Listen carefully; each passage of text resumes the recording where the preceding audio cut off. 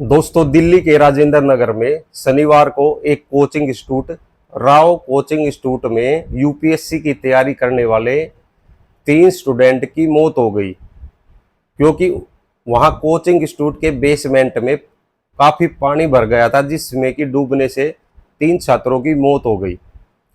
हजारों छात्रों ने प्रदर्शन किया, तब जाकर रविवार को पुलिस के द्वारा राव इंस्टीट्यूट के मालिक व मैनेजर पर गैर इरादतन हत्या का केस दर्ज किया गया। उनको गिरफ्तार किया गया व कोर्ट में पेश किया गया, जिसके बावजूद कोर्ट के द्वारा उनको 14 दिन की न्यायिक हिरासत में भेज दिया गया। दोस्तों, कुछ समय पहले ही दिल्ली के मुखर्जी नगर में ही एक कोचिंग इंस्टीट्यूट में आग लग गई थी, जिसमें कि सेंटर की लापरवाही के कारण कोचिंग इंस्टीट्यूट की सेंटर की लापरवाही के कारण ही सैकड़ों जो स्टूडेंट ने छत से कूद कर अपनी जान बचाई थी।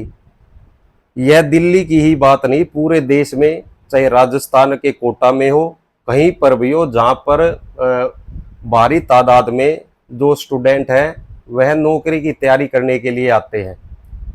दोस्तों, बात कर लेते हैं, यहाँ पर जैसे प्रदर्शन हुआ उसके बाद केस दर्ज किया गया। अब स्टूडेंट की मांग है कि उनको राज्य सरकार के द्वारा उनके परिवार को किसी सदस्य को नौकरी दी जाए और 1 या 2 करोड़ की जैसी भी उनकी मांग उनकी मान ली जाए, लेकिन अभी भी सरकार के द्वारा ये मांग उनकी मानी नहीं गई है।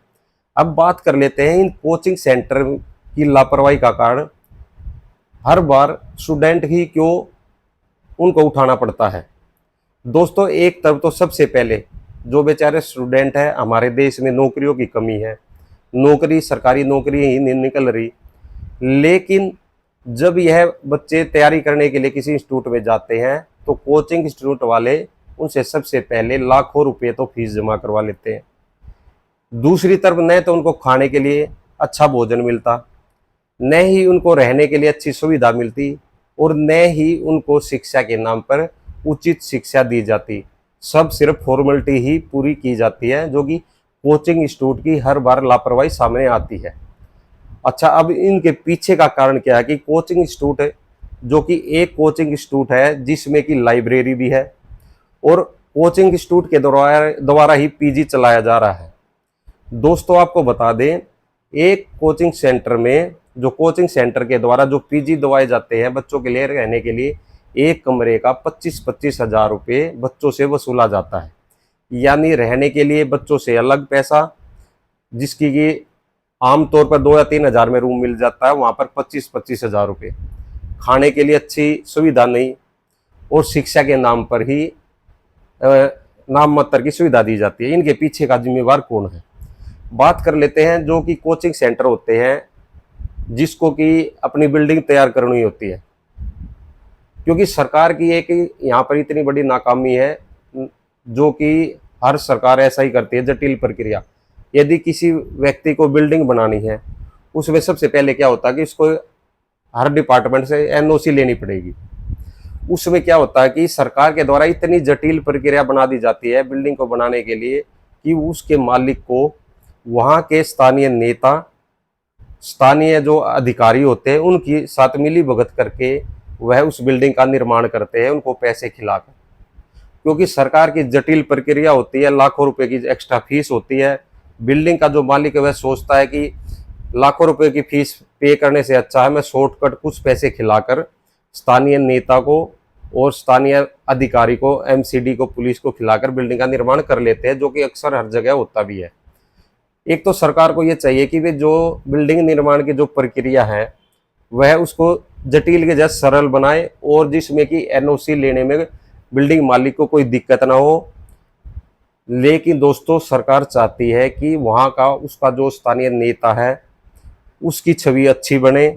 वह उनके द्वारा सेटिंग करते हैं अधिकारियों से, जो कि एमसीडी के जो वहाँ के निगम पार्षद है आम आदमी पार्टी के हैं, वहाँ के विधायक भी आम आदमी पार्टी के ही हैं।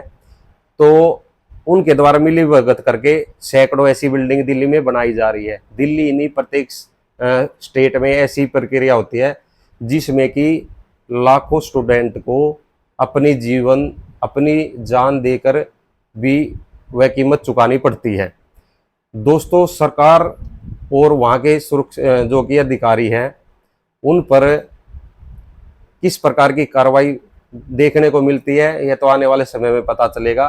लेकिन सैकड़ों बच्चे जो कि तैयारियां करने के लिए दूसरे स्टेट से आते हैं, उनकी ज़िंदगी के साथ कोचिंग इंस्टीट्यूट के द्वारा हर बार उनकी जान को खतरे में डालकर ऐसी प्रक्रिया अपनाई जाती है जो कि कोचिंग सेंटरों को उनकी शिक्षा के नाम पर भी कुछ लेना देना नहीं, उनके रहने सहने के नाम पर भी कुछ लेना देना नहीं, अच्छा भोजन की सुविधा नहीं उपलब्ध कराना। उनको तो सिर्फ अपनी फीस लेने से मतलब है, छात्रों की शिक्षा के नाम से उनको कोई लेना देना नहीं है।